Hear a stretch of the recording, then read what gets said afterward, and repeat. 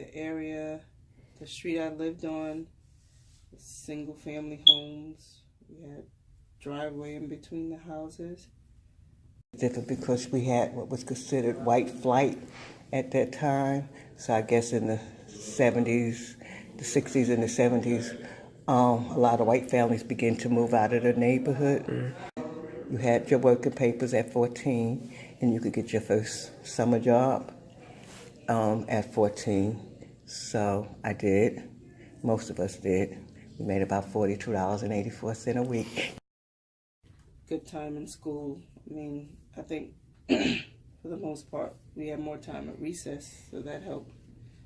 But as for us going to school, one of the things we were always conscious of were the different groups. Like you had your group, the good groups and your bad groups.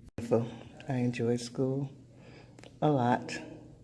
We had a lot of outdoor activities, relay races, dancing, square dancing, dance festivals, sports. Music was in school. We had plays, a lot of performing arts. Segregation and integration, I think that there's positive and negative in both of them. One of the things that I think that we lost with integration is a sense of community, because whether you were the doctor, the lawyer, or the carpenter, the maid, we all lived in the same community. And by living in the same community, that means all of those resources that we all brought to the table was within our community.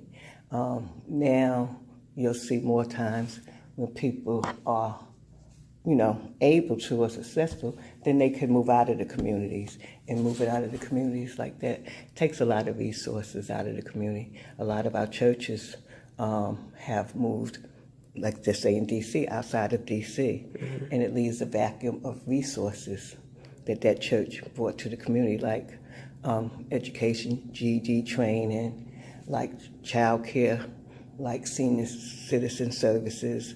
When you lose a church, and you lose a church of magnitude, you just don't lose that building, you lose the resources. So I Have a Dream speech is a speech that we focus on a lot. But if I was going to focus on one of his speeches, I would focus on a speech that he made after during the Vietnam War, when he is kind of titled vacant, when he broke the conspiracy of silence. Both of my sisters' husbands was in the service, but they weren't husbands at the time because they were children. You went at 18, 19 years old. So, yes, a lot of people within, my sisters are one is 3 years older than me, one is 6 years older than me. So they were of age at that time, the 18 and 19-year-olds. So those were people, or young people, that was really starting their lives, whether they were going to go to college, whether they were going to start families or just start their careers. You saw a lot of men being taken out of the community, going into the war at that young age. Some of them didn't come back, and some that did come back was very damaged. Because, it was very hard to be in a war and your age, and all of a sudden you're taken away from your family and you in true battle. So they came back mentally hurt and challenged.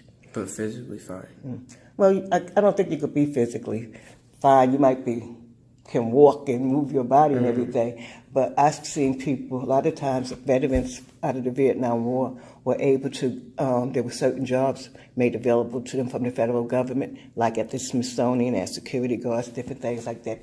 And if you go there, let's say you go in the morning when they're coming into work and they're at the parking lot, if they hear a car backfire, a door slam, it's like they go into this battle, and they'll hide under cars and do things as if they're still in battle.